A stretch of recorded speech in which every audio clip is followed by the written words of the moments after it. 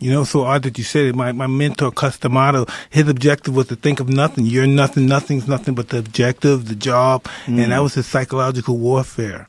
You know, nothing matters. You're nothing. The only thing that matters is the objective and getting through, accomplishing that objective by going through these methods of boxing. Do you ever stop and think about how fortunate it was you ran into that guy? Listen, till this day, I really don't understand that. So how did this happen? Because so many people... Listen, by the time I was born, he was 66 years old by the time I was born. Yeah, crazy. So many people could, you know... Can't even explain it. It's a magnificent individual. He was an amazing guy. An amazing part of boxing and with a unprecedented grasp of the mindset required for combat sports. That was the thing that always really stood out about him. Like, he was a guy that was so well versed in the mindset. I would listen to his speeches that he would talk when he would talk about you, and he would talk about boxing. He would talk about fear, and about fear can be like a fire, it can cook your food, or it can burn your house down, and you have to control it. And when he would describe it, like it would be so enlightening.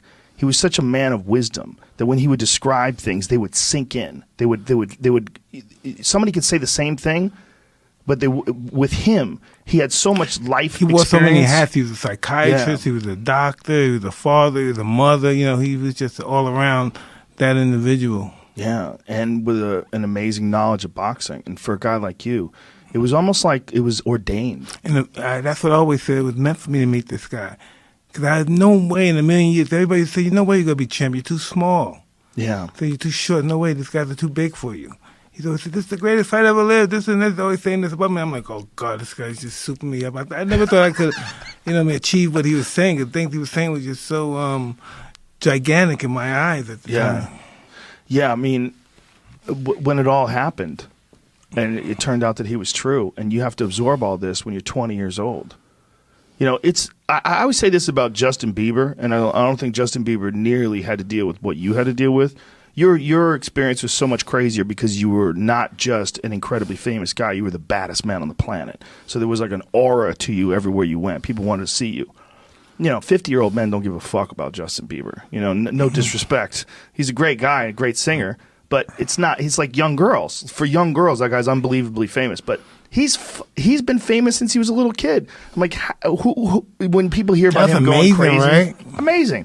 When people hear about him going insane, I'm like, of course he's going insane. You have no idea what it would be like to be him and to be 17 years old and girls literally trying to break into his house to throw pussy at him. They're coming down chimneys. They're flying in on parachutes. They're doing anything they can. They just want to be around him. And you want him to be Justin. normal?